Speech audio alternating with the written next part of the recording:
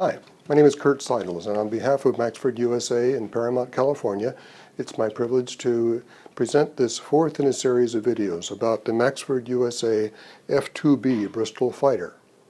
We'll begin by talking about some of the F2B's cosmetic upgrades. The peel and stick stickers are just that. There's no water involved in applying the stickers. You simply peel them off from the backing and stick them onto the airplane. About the only water that may be used optionally is if you choose to apply a soapy solution to be able to move around any of the larger stickers before they become permanently affixed or adhered to the surface of the mylar.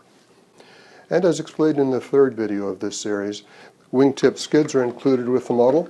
They are optional whether or not you install them, but I would recommend them because of the protection that they lend to the wing tips if you make the kind of landings that I frequently do. Other cosmetic options that you may wish to include would be such things as a pilot and, if you like, the observer for the rear cockpit. Again, they don't make the airplane fly any better, but they do look much more scale-like. Of course, the pilot's main weapon on this airplane is the 303-inch machine gun that's built into the nose, so there's nothing to install there. It's simply where the weapon would have fired out through the cowling, that becomes the finger hole for removing what I think of as the battery hatch when you fly by electric power.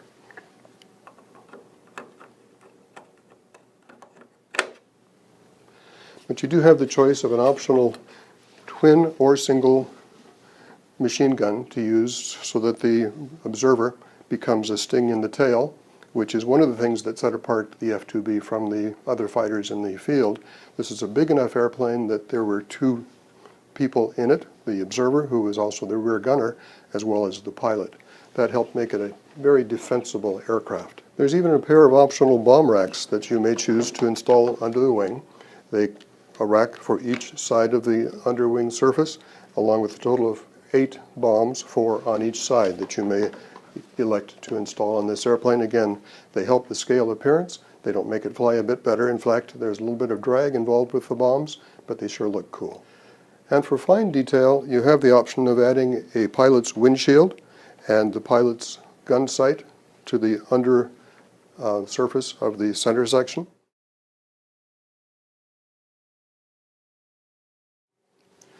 Now I think we're ready to move on to the F2B's final setup and adjustments prior to flight.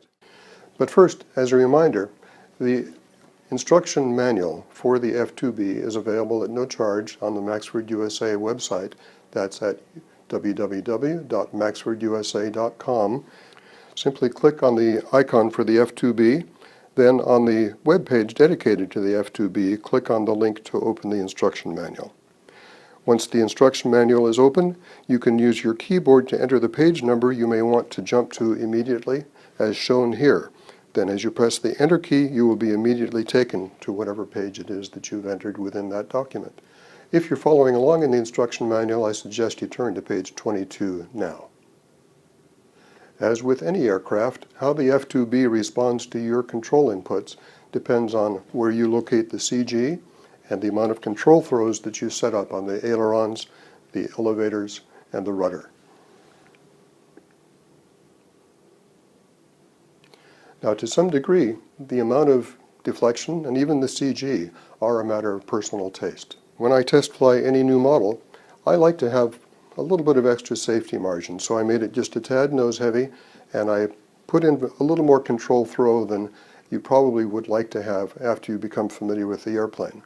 But in my experience, it's good to have the extra stability that comes with a slightly nose-heavy CG and the extra control throw that may get you out of trouble or into trouble, depending on how you fly.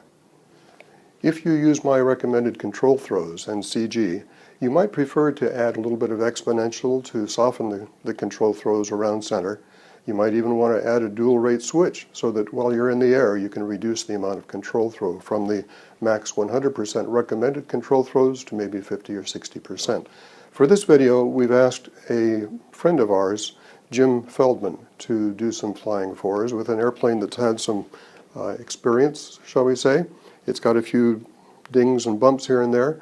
But most importantly, Jim is an experienced pilot who has his own personal set of tastes, and he volunteered to help us test a new power system that we are probably going to offer for this airplane.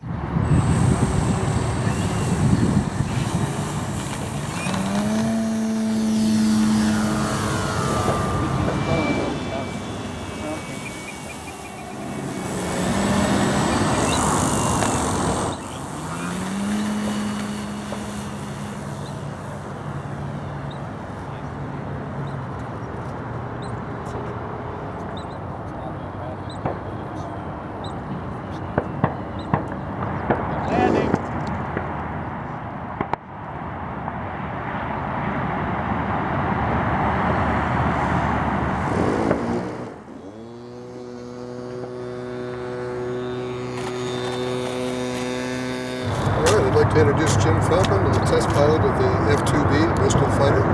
Jim, congratulations on a beautiful flight. Well, thank you very much. It's an honor and a pleasure to fly these Maxford airplanes. I have a few basic questions for you about your test flight. Okay. I understand you started out using a 10-cell battery. How did that work out for you? The 10-cell, just loads and loads of power. Most of the flight was at half throttle or below. And takeoff, a little more power makes the takeoff easier. I have nothing bad to say about the 10-cell. And I think in both flights you used an 18 by 8 block. Yes. And how about the flying characteristics? It flies like a sport plane. None of the stuff you hear about biplanes being hard to control and all that. It's really very easy to fly, easy to land. It's got lots of lift. The only recommendation I would have is a little bit of rudder coordination. And of course you can do that manually if you have the skills, or you can set it up in the transponder. Excellent. How about with the 8-cell?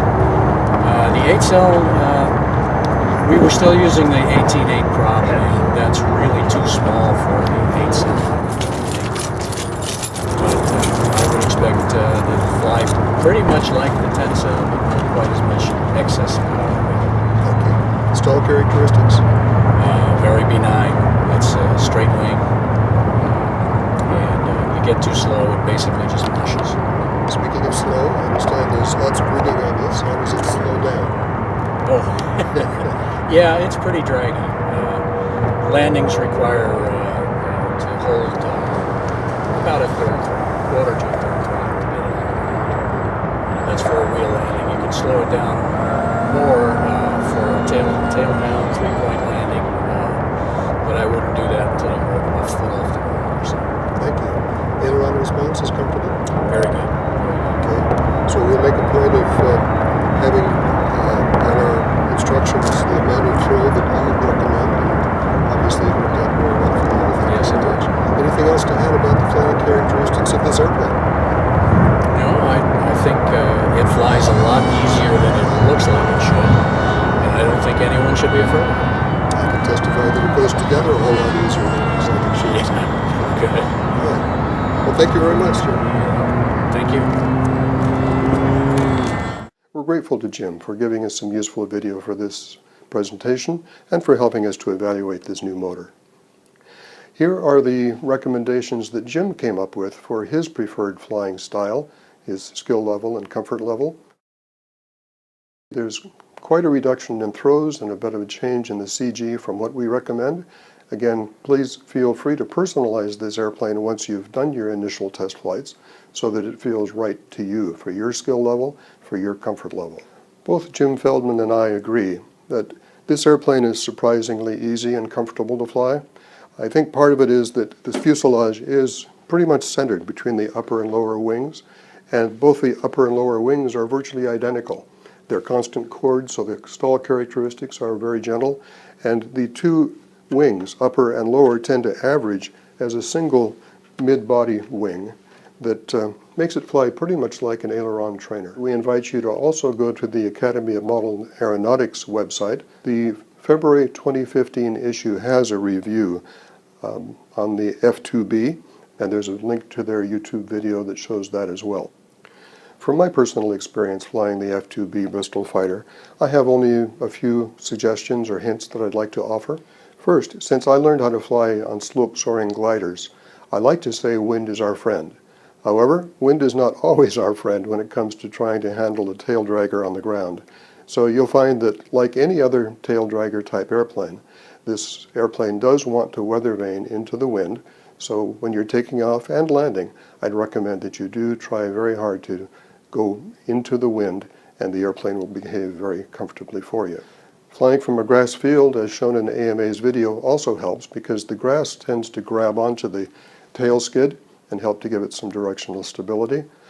I hope you will enjoy the F2B for its unique appearance, for its nimble handling, for its being so unique that people want to come over and look at it, just as I do when I'm at the field. Now, at the end of your flying day, you may choose to remove the wings.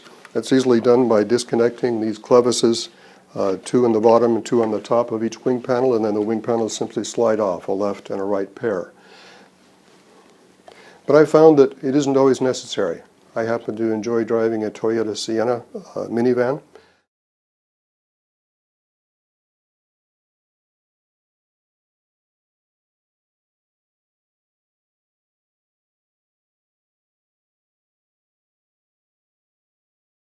And I found that the F2B fits perfectly inside our minivan, fully intact and ready to fly.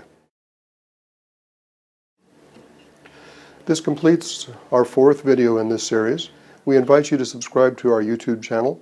We are using YouTube to help keep our customers advised of new products and to share our how-to videos. Please enjoy your hobby. Please fly safely, and we wish you many happy landings. Thank you.